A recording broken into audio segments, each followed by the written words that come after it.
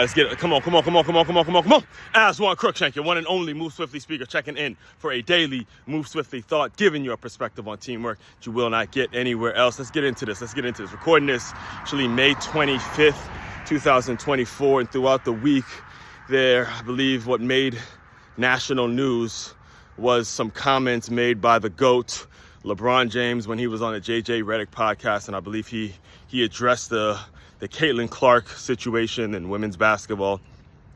And I listened to the entire soundbite, and he spoke on some real shit, you know, when it comes to he gave Caitlin Clark her flowers in terms of the look. I believe the direct quote was, "Don't get it twisted. You know, Caitlin Clark is going to be the reason that women's basketball gets a lot of things in regards to chartered flights and, you know, some of the notoriety that a lot of people have been paying attention to in regards to women's basketball." But then he also talked about the attention she's getting and the fact that I believe that the team that she's playing on literally just yesterday of me recording won their first game, right? And I've spoken on how horrific the turnaround and the schedule when it comes to women's basketball. And again, in my opinion, the league is such a horribly run league because of this turnaround, seeing that we just saw her compete her ass off in a great tournament with March Madness, and now all of a sudden a couple of months later she's got to compete with quote unquote professionals. I mean, it's a horrible turnaround. There's no real developmental process. And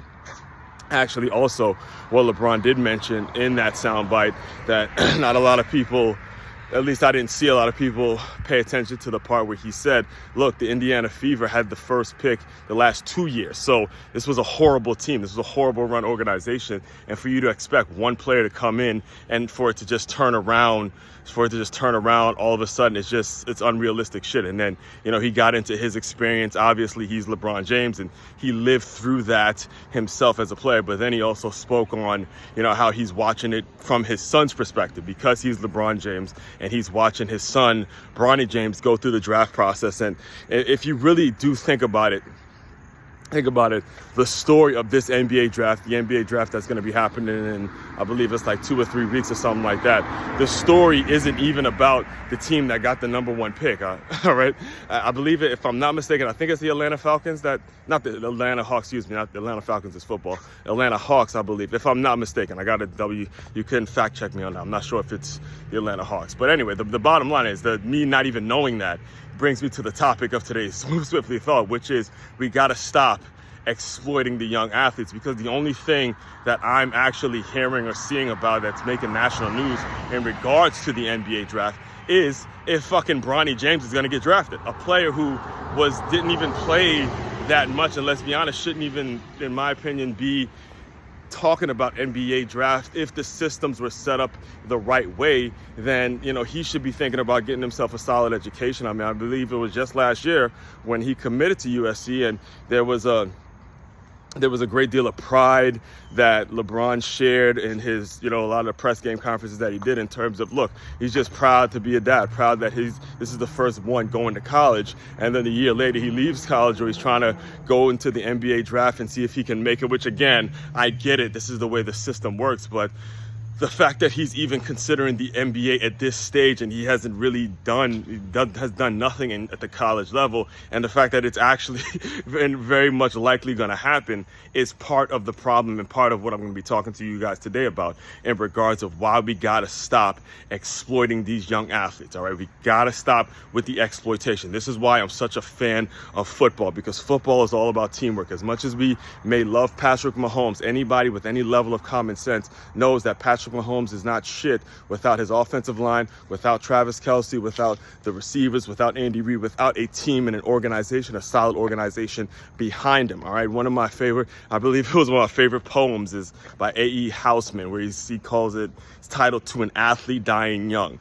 And that's what we're experiencing. That's what we're seeing, whether we're seeing it with Bronny James, whether we're seeing it with Caitlin Clark, or a lot of the younger athletes that I talk about on a very frequent basis on this show, is we got to stop with the exploitation of these athletes. All right, when we exploit them, then we create a huge problem. I mean, I grew up Again, I tell you this all the time. I speak on this on many occasions in regards to how much of a diehard Washington Redskins / Washington Commanders fan I was. And when I watched that RG3 thing, when I watched how much we look at one player, how that never works and it never actually turns out to be a positive result. Because when you see young people coming up, and this is true whether it's in the athletic world, whether it's in the fitness, whether it's in the business world, this is again why sports and watching what's going on in the sports world, paying attention to what's going on in the sports world, is going to teach you so much about how to run an organization.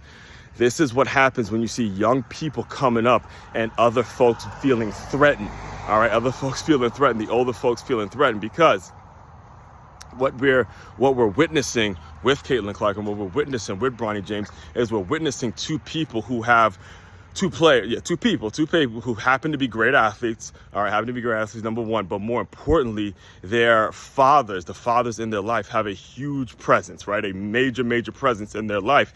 And whether the game works out for them or not, there's a solid foundation there. Basketball is not going to be their only option in life when it comes to those two. And because of that, in my opinion, and what I've heard, and actually what LeBron kind of alluded to when he was talking to JJ Redick on the podcast, when he was saying how, he had current teammates when he first got to Cleveland that didn't want to see him succeed, to say that young boy, I ain't putting my trust in him and all that, was talking all that shit, right? So what we're seeing with these two is we're seeing two people have the present stable father in the house who's raising them, who's doing, at least from what I can see, obviously I'm not in the house, but at least based on what they've done socially or what they haven't done socially and things like that, we don't see them out there getting in trouble and doing anything stupid like that. Again, that's behind closed doors. I can't comment on that. But for the most part, we see them level-headed young people who have bigger options in life, who don't just look at basketball and say basketball is going to be the only thing I'm able to do. It's something I'm going to try, I'm going to work my ass off, I'm going to bust my ass and do everything I can to be the greatest player I can. But hey, if it ain't in the cards for me, it's not going to be playing basketball. It's not going to be something I'm doing 30, 40 years down the line.